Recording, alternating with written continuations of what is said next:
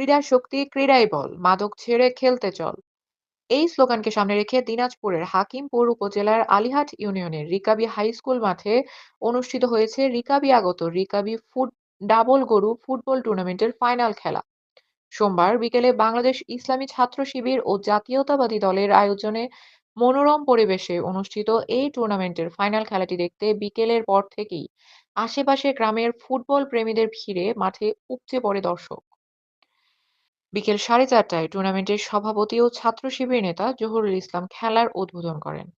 পরে ফাইনাল খেলা শেষে পুরস্কার বিতরণী অনুষ্ঠানে উপস্থিত ছিলেন উপজেলা জামায়াতে ইসলামী আমির মোহাম্মদ আমিনুল ইসলাম, উপজেলা বিএনপির সাধারণ সম্পাদক মোহাম্মদ সাখাওয়াত হোসেন শিল্পী, যুগ্ম সম্পাদক এস রেজা বিপুল, শ্রম বিষয়ক সম্পাদক সানোয়ার হোসেন লেবু, আলিহাট ইউপির panel chairman Mohammad Imran Ali, union জামায়াতের আমির মোহাম্মদ মাহবুব রহমান, ইউনিয়ন বিএনপির ভারপ্রাপ্ত সাধারণ সম্পাদক রেজাউল করিম, জেলা শ্রমিক কল্যাণ ফেডারেশন সভাপতি রমজান আলী, উপজেলা শ্রমিক কল্যাণ ফেডারেশনের সভাপতি মোহাম্মদ সবিরুল ইসলাম, উপজেলা যুবদলের সদস্য সচিব এনামুল হক তাজ, যুগ্ম আহ্বায়ক আরমান আলী প্রধান, ইউনিয়ন যুবদলের সভাপতি মনিরুজ্জামান, সাবেক জামায়াত আমির মাওলানা হাফিজুর রহমান, বিএনপির সাবেক নেতা গোলাম মোস্তফা ও গোলাম সারোয়ার সহ স্থানীয় গণ্যমান্য ব্যক্তিবর্গ।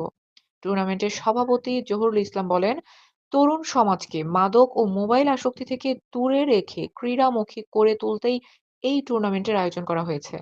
এই টুর্নামেন্টে মোট ৮টি দল অংশ নেয়। ফাইনাল খেলায় মুখোমুখি হয় ৫ বিবি খেলোয়াড় কল্যাণ সমিতি ও মায়ের দোয়া উচাই দল। নির্ধারিত সময়ে ৫ বিবি খেলোয়াড় কল্যাণ সমিতি ১-০ গোলে বিজয়ী হয়ে চ্যাম্পিয়ন হয়। খেলা শেষে চ্যাম্পিয়ন দলের হাতে একটি গরু ও রানার্স আপ দলের হাতে একটি গরু পুরস্কার হিসেবে তুলে দেন অতিথিবৃন্দ। নিউজ ডেস্ক, দিনাজপুর বার্তা। ক্রীড়া শক্তি, ক্রীড়াই বল, মাদক ছেড়ে খেলতে চল। এই স্লোগানকে সামনে রেখে দিনাজপুরের হাকিমপুর উপজেলার আলিহাট ইউনিয়নের রিকাবি হাই স্কুল মাঠে অনুষ্ঠিত হয়েছে রিকাবি আগত রিকাবি ডাবল গরু ফুটবল টুর্নামেন্টের ফাইনাল খেলা।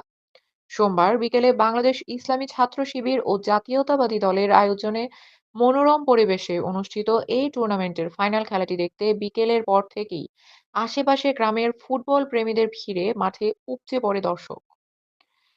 বিকেল 4:30টায় টুর্নামেন্টের সভাপতি ও ছাত্র শিবির নেতা জহুরুল ইসলাম খেলার উদ্বোধন করেন।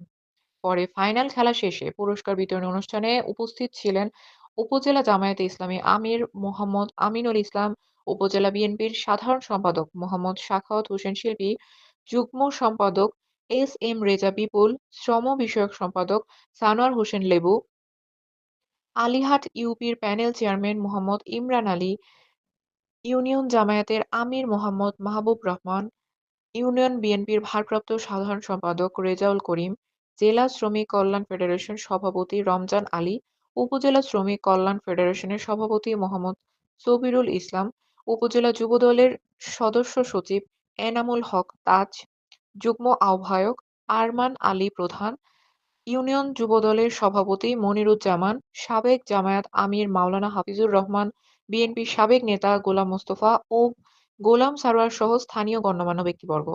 টুর্নামেন্টের সভাপতি জহুরুল ইসলাম বলেন, তরুণ সমাজকে মাদক ও মোবাইল আসক্তি থেকে দূরে রেখে ক্রীড়ামুখী করে তুলতেই এই টুর্নামেন্টের আয়োজন করা হয়েছে। এই টুর্নামেন্টে মোট ৮টি দল অংশ নেয়। ফাইনাল খেলায় মুখোমুখি হয় ৫ বিবি খেলোয়াড় কল্যাণ সমিতি ও মায়ের দোয়া উচাই দল। নির্ধারিত সময়ে ৫ বিবি খেলোয়াড় কল্যাণ সমিতি ১-০ গোলে বিজয়ী হয়ে চ্যাম্পিয়ন হয়। খেলা শেষে চ্যাম্পিয়ন দলের হাতে একটি গরু ও রানার্স আপ দলের হাতে একটি গরু পুরস্কার হিসেবে তুলে দেন অতিথিবৃন্দ। নিউজ ডেস্ক, দিনাজপুর বার্তা।